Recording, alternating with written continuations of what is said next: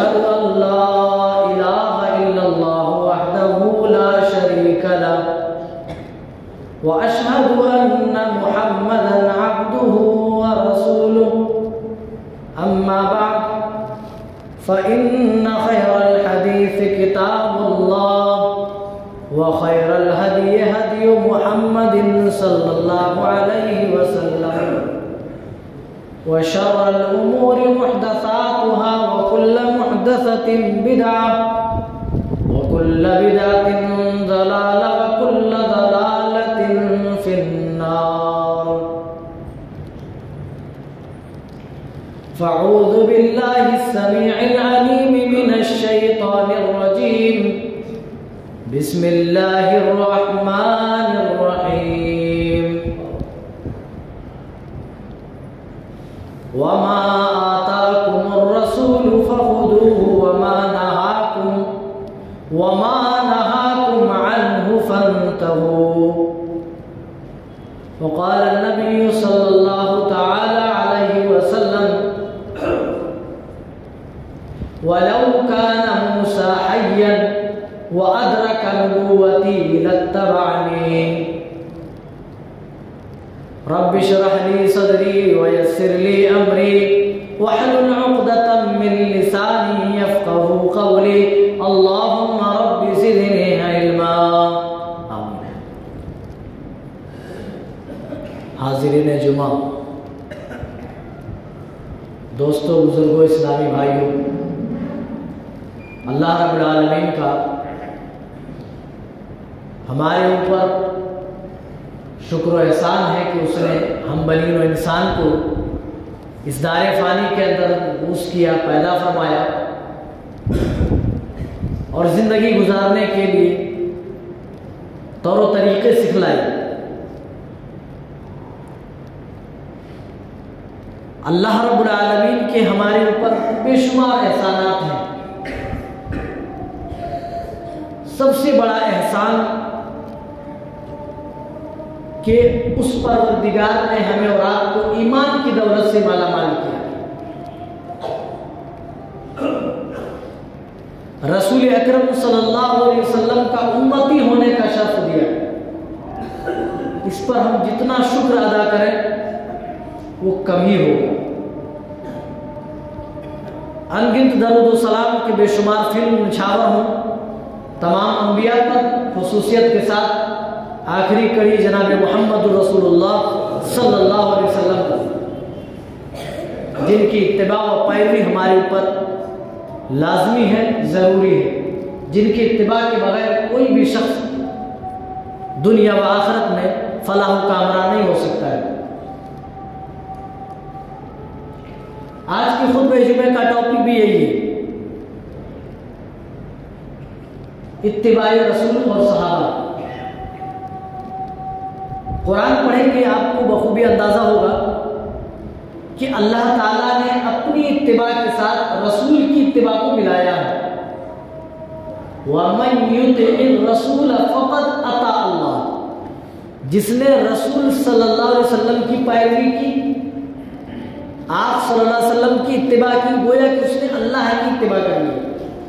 और आप सुनकर हैरत ज़दा हो जाएंगे कि दुनिया की तमाम चीज़ें जिनकी तरफ अल्लाह ताला ने बुलाया, जिनसे अल्लाह ने मना किया, उनके लिए एक एक उसलूब इख्तियार किया है। अगर डराने की चीज़ है तो बरजस्ता डरा दिया, धमका दिया। अगर जहन्नम में ले जाने वाली चीज़ है तो डायरेक्ट जहन्नम की वही सुना दी गई। अगर कोई अच्छी चीज़ है, कोई कार्य खैर है, तो उसके लिए खुशखबरी सुना दी गई। लेकिन किसी एक ही चीज़ के बारे में दोनों पहलू नहीं इख्तियार किए, सिवाय अपने रसूल की इत्तिबा और पैरवी की। जब रसूल अकरम सल्लल्लाहु अलैहि वसल्लम की पैरवी की बात आई तो अल्लाह ताला ने दो पहलू इस्तेमाल फरमाए, डबल पहलू। एक डराने धमकाने का और एक रगबत दिलाने का। रगबत क्या दिलाया? कुल इन कुंतुम तुहिब्बूनल्लाह फत्तबिऊनी युहिब्बुकुमुल्लाह।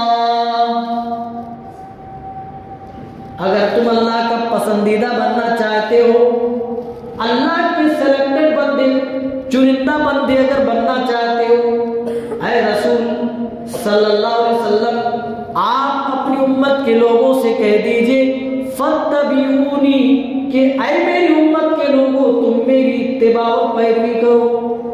क्या मिलेगा बदले? युहिब्बुकुमुल्लाह, अल्लाह ताला खुद तुमसे मोहब्बत करेगा। एक फायदा। दूसरा फायदा, यगफिर लकुम ज़ुनूबकुम, तुम खताकार भी रहोगे, गुनाहगार भी रहोगे, तो रसूल सल्लल्लाहु अलैहि वसल्लम की इत्तिबा और पैरवी की वजह से, आपके नक्श कदम पर चलने की वजह से आपके गुनाहों को अल्लाह ताला दरगुजर कर देगा, मिटा देगा। यगफिर लकुम ज़ुनूबकुम, तुम्हारे गुनाहों को, खताओं को मिटा देगा। ये देखिए रहमत दिलाए। आओ मेरे नबी की पैरवी करो, पैरवी करोगे तो अल्लाह तुमसे खुद मोहब्बत करेगा, और मोहब्बत ही नहीं बल्कि अल्लाह ताला तुम्हारे गुनाहों को भी दरगुजर कर देगा, माफ कर देगा। रगबत नहीं है? कितनी बड़ी रगबत है। तो डराया धमकाया कहां पर? या अय्युहल्लज़ीना आमनू ला तरफऊ अस्वातकुम फौका सौतिन नबी, ईमान वालो तुम अपने नबी के सामने अपनी आवाज को बुलंद मत करो। तुम अपने नबी के सामने कोई भी चीज अपनी तरफ से ऊपर मत करो। नबी को फॉलो करने का हुक्म हुआ है, नबी की इत्तिबा करने का हुक्म हुआ है, सो आप इत्तिबा करते जाएं, आपको ओवरटेक नहीं करना। इसीलिए अल्लाह ताला ने कुरान में बता दिया, वमा आताकुमुर रसूलु फखुज़ू, रसूल जो तुम्हें दे, मोहम्मद सल्लल्लाहु अलैहि वसल्लम रसूल की हैसियत से जो चीज भी दे दे वो चीज ले लो। वमा नहाकुम, और जिन चीजों से रोक दे, फंतहू, उससे पूरी तरह रुक जाओ। अच्छा, जो दे, वमा आताकुम रसूल, रसूल जो दे, और एक माना जितना दे, आप अपनी तरफ से नहीं बढ़ा सकते। ज़ोहर की नमाज रसूल अकरम सल्लल्लाहु अलैहि वसल्लम ने 4 पढ़ करके बताए, आप 5 नहीं कर सकते। अजान का आखिरी कलमा ला इलाहा इल्लल्लाह बताया, आप अलग से मोहम्मद रसूलुल्लाह ऐड नहीं कर सकते। वमा आताकुमुर रसूल का मतलब ये, जितना दे, जो दे उसको ले लेना है। समझ में आए तब भी लेना है, समझ में ना आए तब भी लेना है। ये है वो वमा आताकुमुर रसूल का मतलब। सहाबा ने इसको बखूबी समझा। और जो रसूल की इत्तिबा पैरवी छोड़कर आपको हाकिम मानने के बजाय, आपको फैसल मानने के बजाय, आपको जज तस्लीम करने के बजाय गैर रसूल के दरबार में जाए और उनसे फैसले कराए, उनके अक़वाल को रसूल के फरमान पर तरजीह दे, तो रसूल अकरम सल्लल्लाहु अलैहि वसल्लम से अल्लाह ताला खिताब करके कहता है, फला व रब्बिक, ऐ नबी तेरे रब की कसम है, फला व रब्बिक ला, वो लोग, ऐ नबी तेरे रब की कसम है, वो लोग कामिल मोमिन नहीं हो सकते, हत्ता युहक्किमुका फीमा शजरा बैनहुम, जबकि आप उनके दरमियान, उनके इख्तिलाफी उमूर में आप फैसला सुना दें और उस फैसले को शरह सदर के साथ तस्लीम न कर लें, वो कामिल मोमिन हो ही नहीं सकते। फला व रब्बिक, तेरे रब की कसम है, ये लोग मोमिन हो नहीं सकते। कब तक? जब तक कि आप तो फैसल और जज ना मान लें, और आप किसी मसले में फैसल और जज की हैसियत से फैसला सुना लें, उसको शरह सदर के साथ। एक होता चलो भाई नाक चढ़ा करके मान, अब कह दिए तो मानना ही पड़ेगा, लेकिन एक है शरह सदर, जी जी जी रसूल का फरमान बिल्कुल सर के ऊपर रखना, ये होता है शरह सदर, दिल के अंदर इत्मीनान होना चाहिए। यहाँ कितने ऐसे लोग मौजूद हैं जो रसूल सल्लल्लाहु अलैहि वसल्लम के फरमान आ जाने के बाद भी लोग अपने बड़ों की बातें करते हैं, जबकि वो बड़े भी जिंदगी भर रसूल अकरम सल्लल्लाहु अलैहि वसल्लम की इत्तिबा करते रहे, वो बड़े भी आपकी इत्तिबा और पैरवी का हुक्म देते रहे। हजरत इमाम अबू हनीफा रहमतुल्लाह अलैह को कहा ऐ लोगों, दीन में अपने अकली घोड़े दौड़ाने से बचो और इत्तिबाए सुन्नत को लाजिम पकड़ो। जो रसूल की इत्तिबा से हट गया वो तो गुमराह हो गया। और इमाम मालिक रहमतुल्लाह अलैह ने कितनी बड़ी बात कही, अल्लाह इन्नमा अना बशरुन उख्ती व उसीब फंजुरू फी राय। मैं एक इंसान हूं भाई, उख्ती व उसीब, गलती भी करता हूं, मेरा कभी कभार कौल सही भी हो जाता है। फंजुरू फी राय, तो तुम लोग क्या करो, जब मैं कोई राय पेश करूं अपनी तरफ से तो उस पर गौर करो। फकुल्लु मा वाफक़ किताब व सुन्ना, जो किताब व सुन्नत के मुवाफिक हो फखुदू, उसको ले लो। व कुल्लु मा लम युवाफिक, और जो किताब व सुन्नत के मुवाफिक ना हो उसको फतरुकू, उसको छोड़ दो, उसे तर्क कर दो। इमाम अहमद इब्न हंबल रहमतुल्लाह अलैह फरमाते हैं, ला तुक़ल्लिदूनी, ऐ लोगों तुम मेरी तकलीद मत करो। वला तुक़ल्लिदू मालिका वला शाफ़िई वला औज़ाई वला सौरी व खुद मिन हैसु अख़ज़ू, ना मेरी तकलीद करो, ना सुफियान सौरी की करो, ना औज़ाई की करो। ऐ लोगों तुम दीन का काम वहीं से लो जहां से इन अइम्मा किराम ने दीन के हकाम लिए हैं। और चलते चलाते इमाम शाफई का भी कौल सुने। इमाम शाफई तो यहां तक लिखते हैं, अजमाल मुस्लिमूना अला अन्न मन इस्तबाना लहु सुन्नतु अर रसूलिल्लाहि सल्लल्लाहु अलैहि वसल्लम अन यहिल्ल लहु अन यदअहा लिक़ौलि अहद, कि अगर कोई सही सुन्नत सही सनद के साथ आ जाती है और मालूम हो जाने के बाद कि रसूल सल्लल्लाहु अलैहि वसल्लम की ये सुन्नत सही सनद के साथ साबित है, रिवायत मरफू मुत्तसिल है, साबित हो जाने के बाद भी अगर कोई आदमी गैर रसूल की बात को फौकियत देता है, अल्लाह अकबर। इमाम शाफी कहते हैं कोई सही सुन्नत सही सनद के साथ अगर साबित हो जाए तो पूरी उम्मत का इस बात पर इजमा है कि किसी के कौल के मुकाबले में उस सुन्नत को तर्क नहीं किया जा सकता। कितना ऐसे लोग हैं मेरे भाई जो किसी के कौल के पीछे रसूल का फरमान छोड़े जाए। पहले भी आपको बता दिया गया, रसूल सल्लल्लाहु अलैहि वसल्लम के जमाने में ही अल्लाह ताला ने दीन को कामिल मुकम्मल कर दिया। ये बड़े बड़े अजिल्ले अइम्मा जिनको हम समझते हैं हमने इमाम बनाया, आपने बनाया है, वो दुनिया के अंदर नहीं भी आते तब भी दीन के अंदर कोई कमी नहीं रहती, और आ भी गए हैं तो उनके आने की वजह से दीन के अंदर कोई ज्यादती भी नहीं हो सकती है। दीन उतना ही रहेगा जितना रसूल सल्लल्लाहु अलैहि वसल्लम ने बताया है। हम तो यही, हमारी यही तो दावत है, लोगों सबकी इज्जत, सबकी तौक़ीर, सबका अदब करो, लेकिन जब रसूल पाक सल्लल्लाहु अलैहि वसल्लम की बात आ जाए, आपके अदब और एहतराम की बात आ जाए, आपकी हदीस की बात आ जाए, तो आपकी हदीस को, आपकी बात को दूसरे लोगों के बिलमुकाबिल छोड़ो मत, तर्क मत करो, बल्कि तमाम लोगों के अक़वाल पर आप सल्लल्लाहु अलैहि वसल्लम के फरमान को फौकियत दें। क्यों भाई, क्यों फौकियत दें? क्योंकि भाई जिनके लिए हम भाई अपने बुजुर्गों को, अपने अइम्मा को आगे कर रहे हैं, उनको तो हमने बुजुर्ग बनाया, आपने बनाया।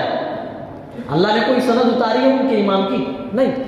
अल्लाह की कसम, दुनिया में रसूल सल्लल्लाहु अलैहि वसल्लम के अलावा किसी भी शख्स का इनकार कर दें, किसी भी शख्स कि मैं नहीं मानता, अल्लाह से कभी नहीं पूछेगा कि आपने फलां साहब को फलां ओहदे से क्यों नहीं कबूल किया। लेकिन अगर आपने रसूल का इनकार कर दिया, आपकी नाफरमानी कर दी, आपकी इत्तिबा से जी चुरा लिया, तो अल्लाह की कसम कल क़यामत के दिन आपसे बास-पुस होगी। अल्लाह के यहाँ बास-पुस से आप बच नहीं सकते। अरे ईसा अलैहिस्सलाम से अल्लाह ताला पूछेगा, कुरान नहीं पढ़े? 7वें पारे के इख्तिताम में अल्लाह ताला ने, या ईसा इब्न मरियम अअंत क़ुल्त लिन्नास इत्तखिदूनी व उम्मी इलाहैन मिन दूनिल्लाह, ऐ ईसा इब्न मरियम, क्या तूने कहा था अपने लोगों से कि मुझको और मेरी माँ को अल्लाह के अलावा माबूद बना लो? क़ाल सुब्हानक, वो कहेंगे ऐ मेरे परवरदिगार तू तो पाक है, ऐसा मैं कैसे कह सकता हूँ? और जो कुछ बखूबी जानता है। तो जिनको आज हमने मुक्तदा और रहबर बना रखा है, कल कयामत के दिन अपना ये पल्लू झाड़ देंगे। अरे मेरे परवरदिगार, मैंने कब कहा था कि मेरी तकलीफ करो, मैंने कब कहा था कि मेरे पीछे चलो, मैं तो जिंदगी भर रसूल की इब्तिदा पैरवी करते रहा, मैं कैसे हुक्म दूं? वो पल्ला नहीं झाड़ेंगे, अपना झाड़ देंगे। अल्लाह जिल्ला अंबिया अल्लाह से करे, अल्लाह मैंने ऐसा नहीं किया, लेकिन बात कुछ तो होगी, पूछताछ से अल्लाह के यहाँ कोई नहीं। चलिए दारमी की एक रिवायत लेते हो और आगे चलते। दारमी की हसन रिवायत है,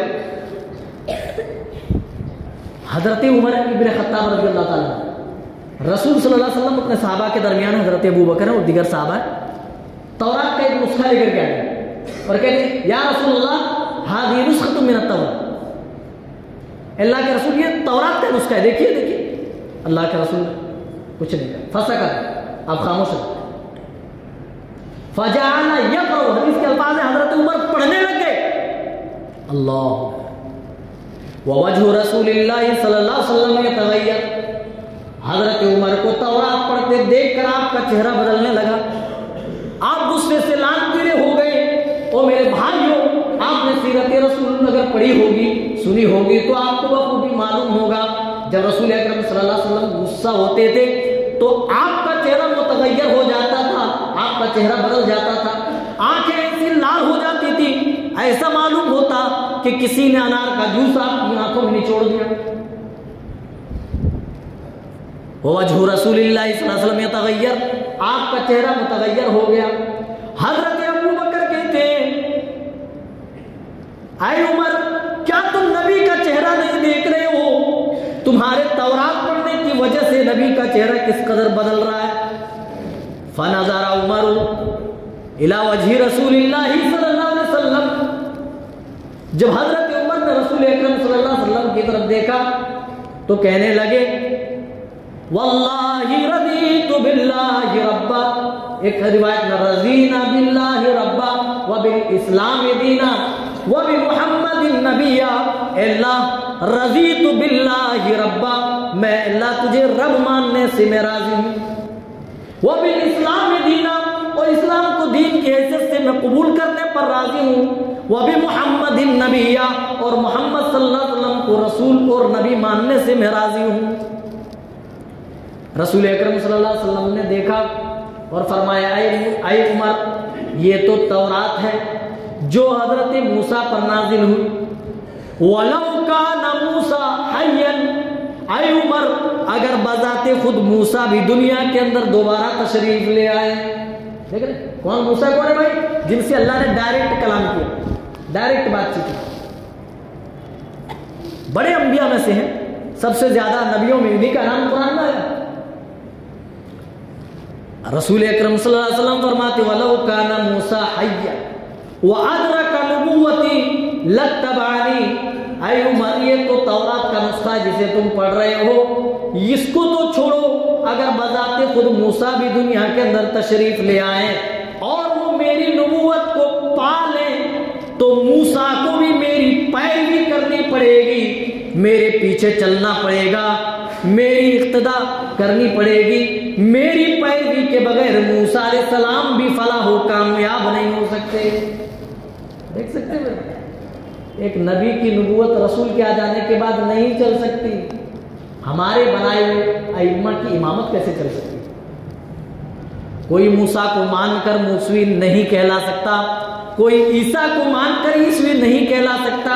दूसरे नबियों की तरफ जब निस्बतें नहीं हो सकती तो हम अपनी निस्बतें अइम्मा की तरफ क्यों जोड़े जिनको हमने इमाम बनाया? रसूल अकरम सल्लल्लाहु अलैहि वसल्लम को तो अल्लाह ताला ने इमाम बनाया और कहा ऐ लोगों मैं तुम्हें ऐसा इमाम दे रहा हूं जो अपनी तरफ से बात नहीं करते, जो भी बोलते वो दर हकीकत वही इलाही हुआ करते।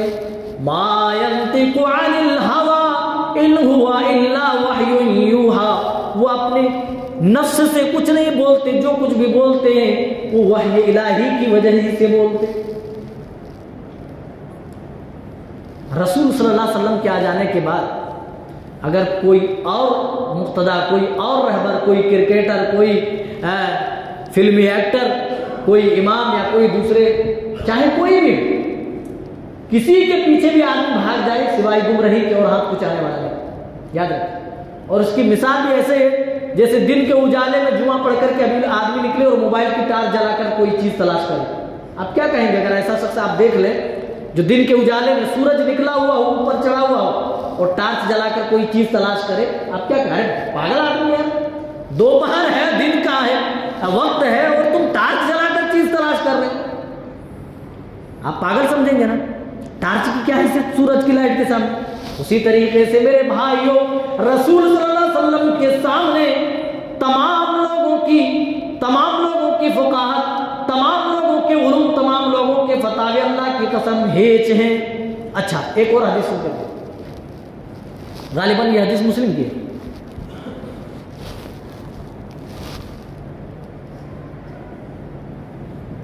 बहरी सूरत रावी का नाम मैं भूल रहा हूं। पूछा गया आप सल्लल्लाहु अलैहि वसल्लम से कि अल्लाह के रसूल आपको कैसे मालूम हुआ कि आप ही अल्लाह के रसूल हैं? है ना दिलचस्प, आपको कैसे मालूम? मकाम रिसालत सुन के जाइए, तब आपको मालूम होगा कि रसूल सल्लल्लाहु अलैहि वसल्लम की इत्तिबा किस कदर जरूरी है, कितनी अहम है। कहा आपको कैसे मालूम हुआ? कहा मैं बतहाए मक्का में था, मुझे दिखाया गया कि दो फरिश्ते आसमान से नाजिल हुए और आसमान के बीचों बीच तराजू कायम किया गया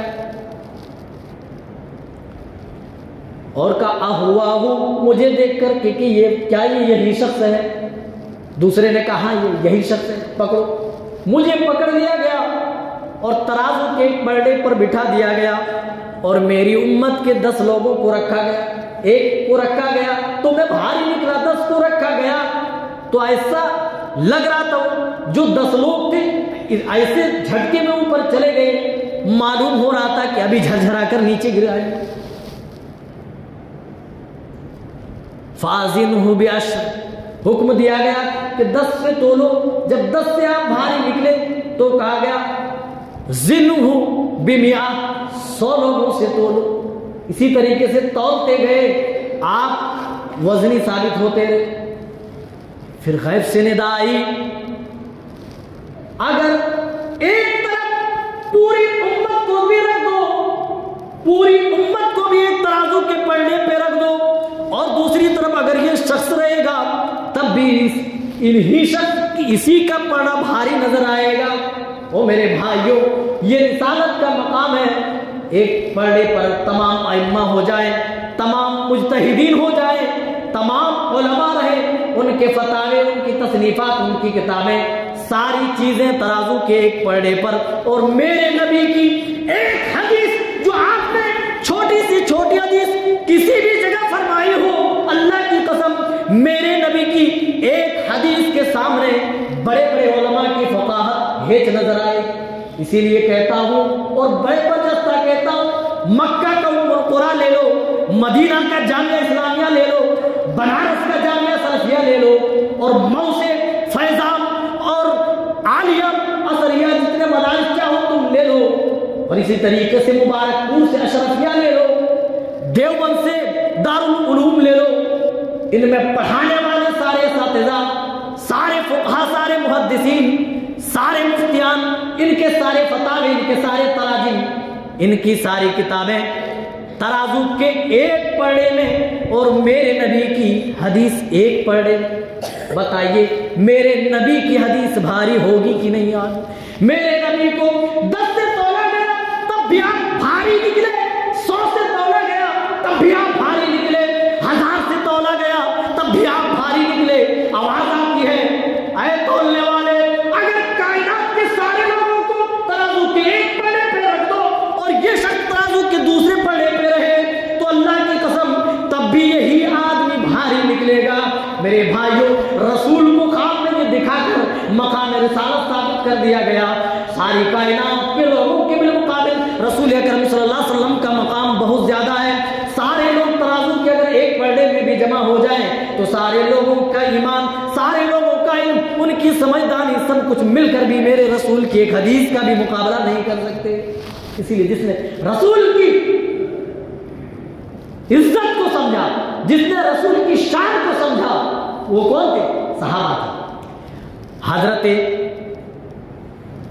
हजरत जाबिर रज़ी अल्लाह ताला अन्हु कहते हैं, हजरत अनस रज़ी अल्लाह ताला अन्हु सही बुखारी की रिवायत कहते हैं कि शराब पिलाए जा रहे थे, शराब का दौरा चल रहा था, एक पार्टी चल रही थी। अभी शराब हराम नहीं थी, शराब पी जा रही थी, शराब हलाल थी। अबू तलहा अंसारी रज़ी अल्लाह ताला अन्हु की मजलिस में शराब बट रही थी, लोग पी रहे थे और शराब पिला रहे थे। इतने में मुनादी आया और कहने लगा, ऐ लोगों, क्या तुम्हें शराब की हुर्मत की आयत नहीं पहुंची? हैं? क्या भाई, क्या बोल रहे तुम? कहा हाँ भाई, शराब हराम हो चुकी है। ओ मेरे भाइयों, जिसने रसूल की जात को सही मानों में समझा, इत्तिबाए रसूल क्या जिन्होंने समझा, वो मेरे नबी के सहाबा है। जैसे इन्नमा काना कौलुल मुमिनीना इज़ा दुऊ इलल्लाहि व रसूलिही, जब उनके सामने अल्लाह का फरमान आता है, रसूल अकरम सल्लल्लाहु अलैहि वसल्लम की कोई हदीस आती है, वो क्या कहता है? यक़ूलू समिअना व अताना, हमने अल्लाह की बात सुनी, रसूल अकरम की बात सुनी और हमने इताअत व फरमाबरदारी कर ली। हुर्मत नाजिल हुई, सहाबा के दरमियान पार्टी चल रही है। अनस रज़ियल्लाहु ताला अन्हु बयान करते हैं, अबू तलहा की मजलिस थी, अबू तलहा की पार्टी चल रही थी और शराब के दौर चल रहे थे, जाम पिए जा रहे थे। अचानक मुनादी आता है और कहता है, अरे लोगों, शराब की हुर्मत की आयत मुहम्मदुर रसूलुल्लाह पर नाजिल हो चुकी है, शराब हराम हो चुकी है। ओ मेरे भाइयों, इत्तिबाए रसूल तो इसको कहते हैं। इत्तिबाए रसूल का जज्बा तो ये होता है, हमसे कोई बुराई इसलिए नहीं छूटती, हम ये कह देते हैं आदत पड़ गई साहब, मैं एडिक्ट हो चुका हूं। अरे शराब के वो एडिक्ट थे, उनकी घुटनियों में शराब पली हुई थी, बचपन से वो शराब पीते चले आ रहे थे। कोई मेहमान भी आता, हम चाय देते, वो चाय की जगह शराब पेश करते थे। लेकिन कुरान की आयत जैसे शराब की हुर्मत नाज़िल हुई, हज़रत अनस कहते हैं, मुझे हुक्म दिया गया कि शराब तू डाल दो। मैंने बर्तन में पड़ी सारी शराब मैंने बहा दी। और अहले सियर लिखते हैं, इतनी शराब की हुर्मत नाज़िल होने के बाद बहाई गई। ऐसा मंजर लग रहा था कि जैसे मदीने की गलियों में एक तरह की बाढ़ आ गई हो। अरे मेरे भाइयों, इस तरीके का जज्बा हमारे दिलों में कब पैदा होगा? सिर्फ अहले हदीस नाम रख लेने से, सलफी नाम रख लेने से नहीं होगा। रसूल सल्लल्लाहु अलैहि वसल्लम के सहाबा जैसा ईमान लाना पड़ेगा।